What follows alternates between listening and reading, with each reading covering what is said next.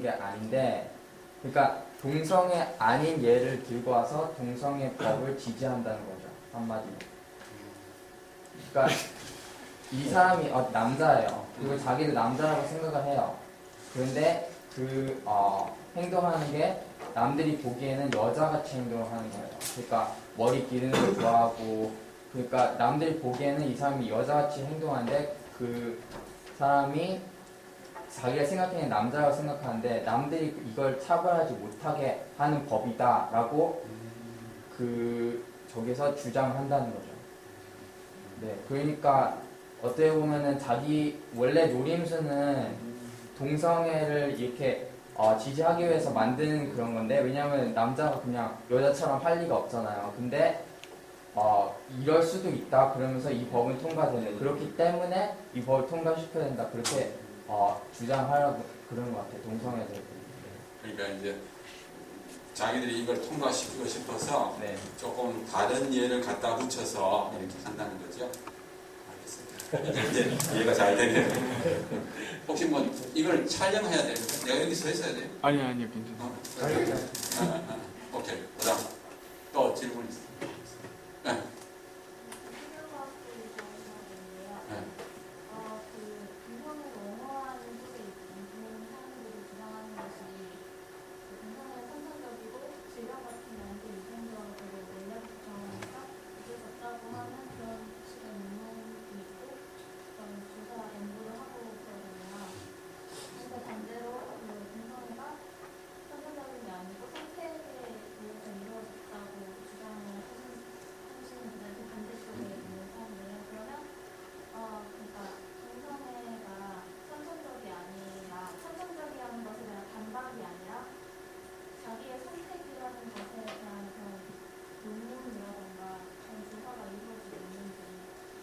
그러니까 아까 제가 소개한 것 중에 그래서 도시에서 자라느냐 시골에서 자라느냐 동성애가 될 확률이 달라지는 것들, 그러니까 그거는 쉽게 말하면 선천적이 아니고 후천적인 환경의 영향이라는 것을 나타내는 데이터가 되지 않습니까?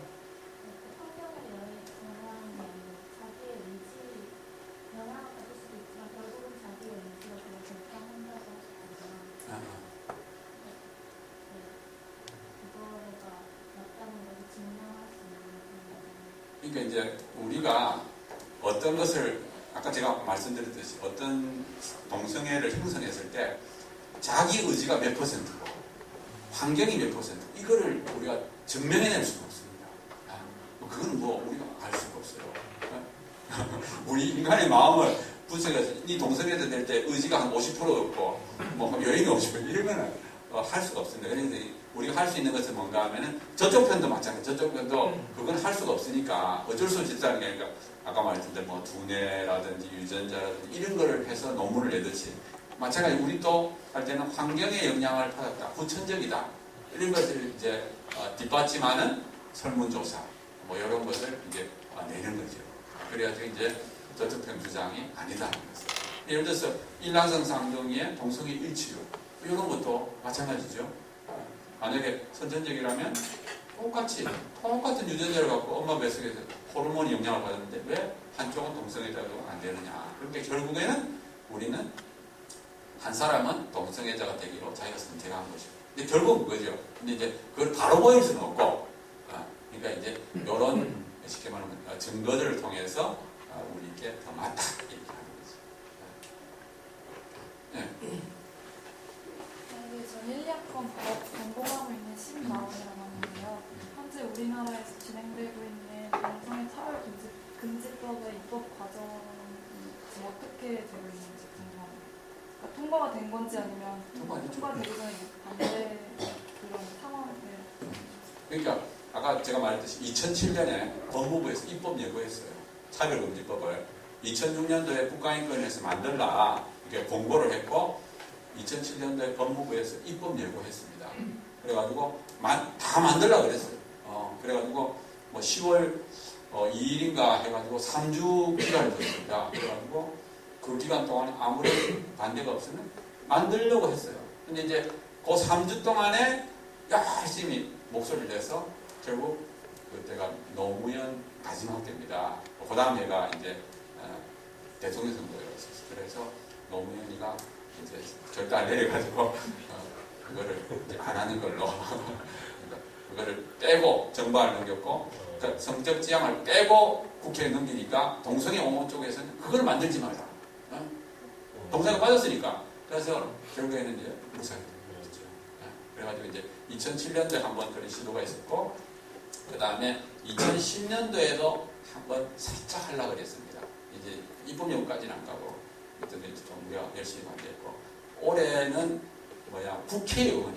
국회의원도 법을 입법 발의할 수 있습니다. 그러니까 우리도 모르는 사이에 작년 말에 올해 2월 달에 3개가 나왔어요. 차별론. 다 동성애가 들어있었어요. 그래서 우리가 막 열심히 또 4월 달에 그걸 알고 전 국민이 그러니까 우리를 지지하는 대다수의 국민은 싫어하니까 그래서 해가지고 결국 2개는 철회를 했습니다. 그러니까 법안을 철회하는 경우는 참 드물어요. 지금 민주당 대표가 누구죠? 김한길 그분도 냈고 또 최원식 2분도 냈고 또 다음에 김재현 김재현 그분이 처리 안 했어요. 근데 김재현 거는 통과가 안 되라고 다 믿고 있어요. 왜냐면 그건 워낙 지지를 안 받는 분이라서. 그래서 아무튼 3개가 나왔는데 2개는 없어졌어요. 그래가지고 이제 그것도 뭐 안전하죠. 근데 이제 뭐가 또 문제인가 하면 국제사회에서 압력이 있어요. 이게 큰 어려운 문제인데 유엔에서 만들려고 그래요. 유엔에서 반기문 사무총장도 지지합니다. 반기문 사무총장 지지해요. 만들려고 그래요. 그러니까 이게 유엔과 또 반기문 사무총장 이런 외국에서 압력이 들어오기 때문에 이제 정부는 이제 샌드위치가 됩니다. 국민은 막 만들지 말라고 외국에서는 이제 만들라고. 그래서 이제 우리가 그래도 우리는 동방예의지국이고 그래서 만들면 안 된다. 그래서 제가 늘 외치는 게 그거예요. 저쪽 후진국이다. 저건 윤리적으로 후진국이다. 그 후진국 따라가면 안 된다. 저거는 경제적으로는 선진국이지만 우리가 온 세상을 이끌어가야 된다. 이런 식으로 해서 이제 반대하고 있는데 이제 그것도 쉬운 문제는 아닙니다. 이제 뭐 생물학자의 입장에서 이제 약간 유전적인 그런 변이하고 이렇게 좀 설명하셨는데 조금 더 거기에 대해서 좀 여러분들의 이해를 돕기 위해서 말씀을 드리면 우리 이제 모든 게 학문은 이게 가치 중립적인 게 아니에요. 자기가 지향하는 그런 목표가 있어요. 그러니까 실험을 해도 내가 이러이러한 거를 목표로 하고 실험을 하지 목적 없이 실험을 한 거 아니잖아요. 그래서 이제 동성애가 유전적이다라는 것을 증명하기 위해서 누가 그런 실험을 하겠어요? 동성애자들이 하죠. 그러니까 그런 동성애자들이 할 때 어떤 그런 뚜렷한 목적이 있기 때문에 그 목적을 갖고 거기에 맞게 실험을 디자인을 합니다. 예를 들자면은 뭐 두뇌 구조가 좀 틀리다. 이거 보니까 동성애자가 어디가 더 발달이 돼 있다. 그래서 이 사람들은 나면서부터 두뇌의 어떤 구조가 보통 일반 여자들하고 남자들하고 차별화됐다 하고 이제 주장을 하는 거죠. 그게 이제 90년대 초에 이제 많이 나왔던 내용이죠. 그렇게 한번 던져놓으면은 이제는 그게 맞느냐 안 맞느냐 하는 거를 이제 과학계에서 증명을 합니다. 그때는 동성애자뿐만이 아니라 모든 사람이 붙어서 증명을 하는데 그때는 과학이라는 거는 어쨌든 데이터 표본이 많이 해야 되잖아요. 그러니까 여러 표본을 하게 되고 또 동성애자도 하고 동성애자 아닌 사람도 이렇게 해서 나온 결론은 뭐냐? 아니다 하는 결론이거든요. 그런데 이제 매스컴에서는 어떤 거를 다루냐면은 이거 뭐라 동성애는 타고 태어난 거 아니냐 하는 게 부각이 되기 때문에 10년 후에 아니다 하는 그러한 게 사실임에도 불구하고 각광을 못 받는 거예요. 그렇기 때문에 우리가 굉장히 아주 그 진리에 대해서 아주 꾸준하게 아주 굉장히 컨시스턴트하게 그 진리를 계속적으로 얘기할 필요가 있어요. 근데 원래 그 매스컴의 속성은 어떤 그런 네거티브한 거를 부각을 시키기 때문에 그거는 뭐 우리의 이제 한계가 있습니다. 예, 그리고 또 하나는 실제로 우리 두뇌나 그런 거는 실제로 어떤 생각을 하면은 거기가 발달을 해요. 발달을 분명히 합니다. 예. 그래서 어디가 상처가 났다든지 어느 생각을 많이 하면은 뇌가 발달이 되기 때문에 이제 그러한 것들은 타고 태어난 게 아니라는 거죠. 아까 이제 XQ28 그런 염색체에서 얘기를 했는데 그게 주장을 할 수 있죠. 주장을 하는데 그 주장이 글르다는 거죠. 이 염색체라는 건 뭐냐면 우리가 연습을 해서 되는 게 아니라 그건 이미 타고 태어난 건데 그런 염색체를 분석을 했을 때는 성적인 지향하고 전혀 관계가 없다는 얘기예요. 그러니까 후천적으로 학습에 의해서 됐다든지 아니면은 또 어디에서 자랐느냐 또 가족 관계가 어떠느냐 하는 거니까 그만큼 그 관계를 다시 회복해 주면은 치료가 가능한 거죠.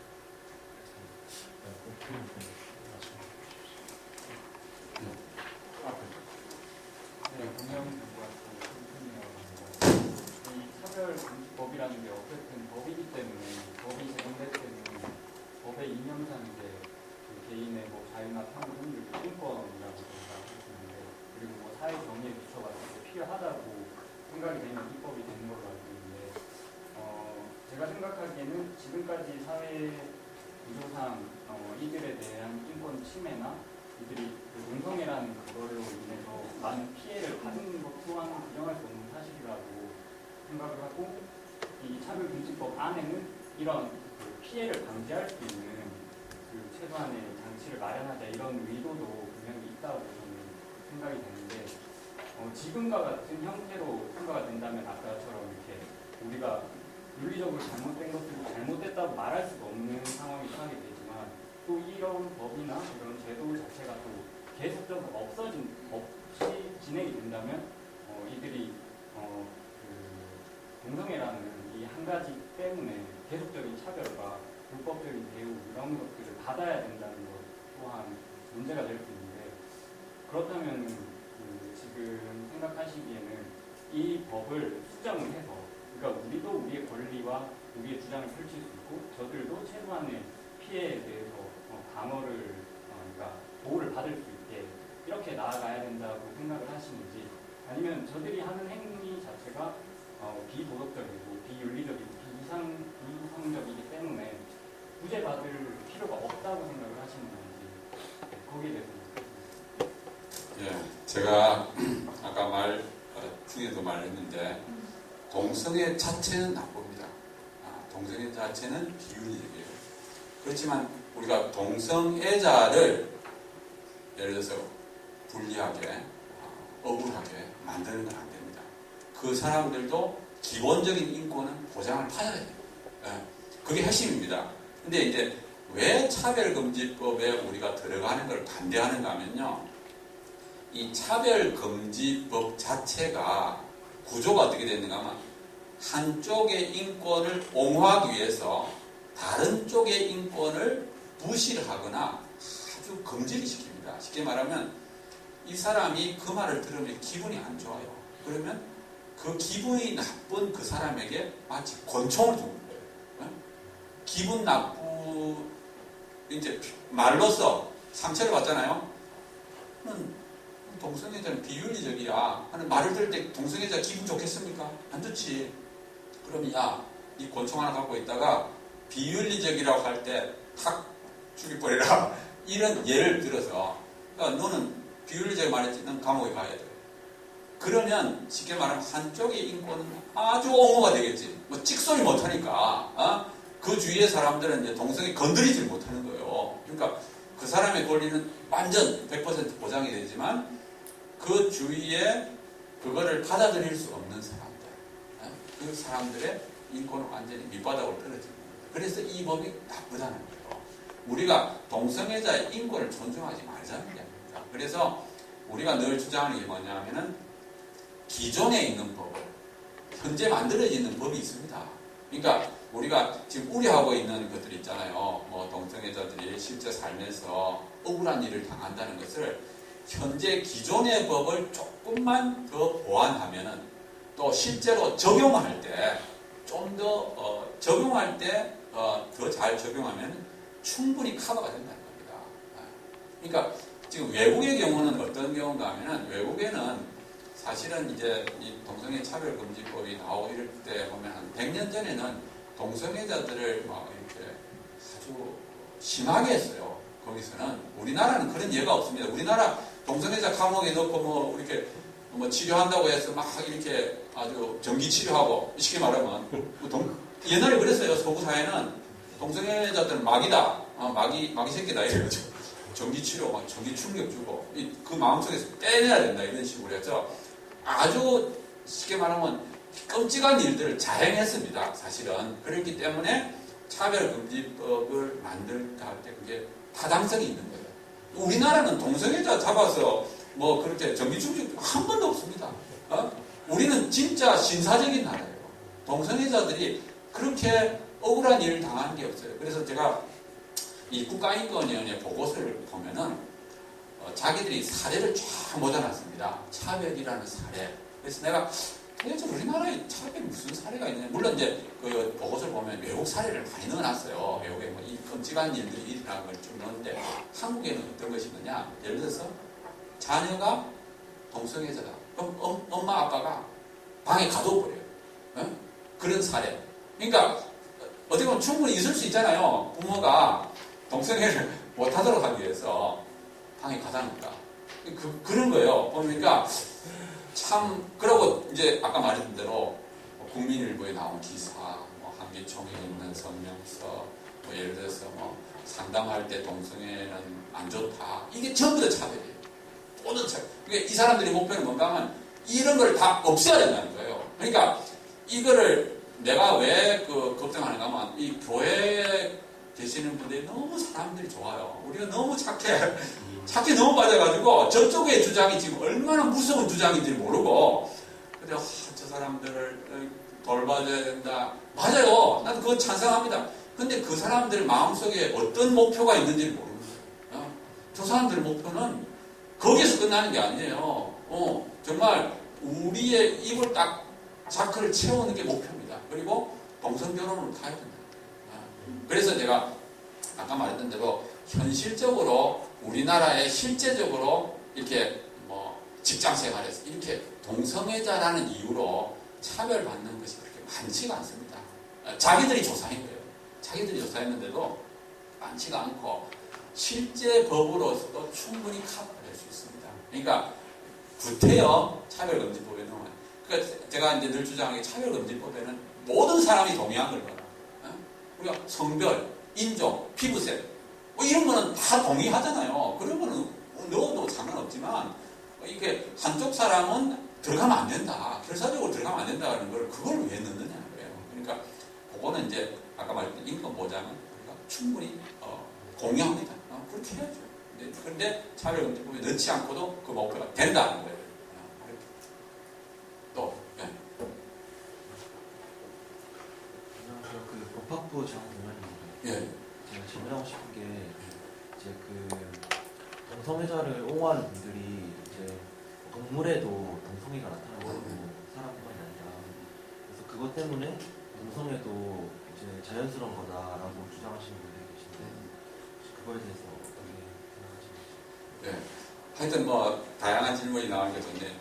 제가 사실은 단행본을 하나 만들고 있습니다. 지금 제작 과정이 있는데 거기 보면 모든 답변이 다 있어요. 네, 그리고 뭐 인터넷 뒤지면 동성애 옹호하는 노래가 쫙 나옵니다.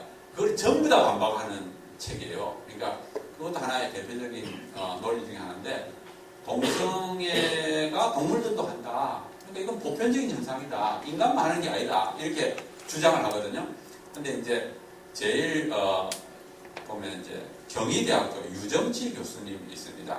경희대 유정치 교수님 동물 생태, 동물의 행동을 이제 연구하시는 그 분이에요. 아주 탁월하신 분이에요. 그리고 아마 국가 연구기관인가 그것도 인정받은 분이고 동물의 행동에 대한 그 권위자라고 보면 되죠.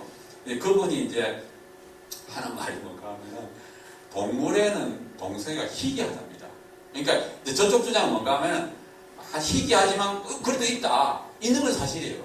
있지만 그게 보편적인 현상이 아니라는 거예요. 우리 인간도 보면 동성애자가 있잖아요. 우리 인간에 동성애자 있잖아요. 마찬가지로 동물에도 그게 보편적인 현상은 아니래요. 그리고 아주 특별한 환경에서 희귀하게 나타난다. 그분 말이에요. 제가 동물학자는 아니니까. 근데 이제 저쪽 분은 막 그거를 찾으니까. 그러니까 어떤 특수 환경 아래서. 그러니까 쉽게 말하면 정상적인 삶으로서 견디기 어려운 환경이 왔을 때, 정상적인 환경으로 생존이 어려울 때 그런 것이 이제 나타난다. 이상 현상이죠. 노말이 아니고 정상이 아니고 이상 현상으로 동물 세계에 나타나는 겁니다. 그러니까 어떻게 보면 생존을 위한 어떤 방법 중에 하나로 여기서 이제 보편적인 현상은 아니다. 그렇게 말씀하셨습니다. 예. 말씀하세요.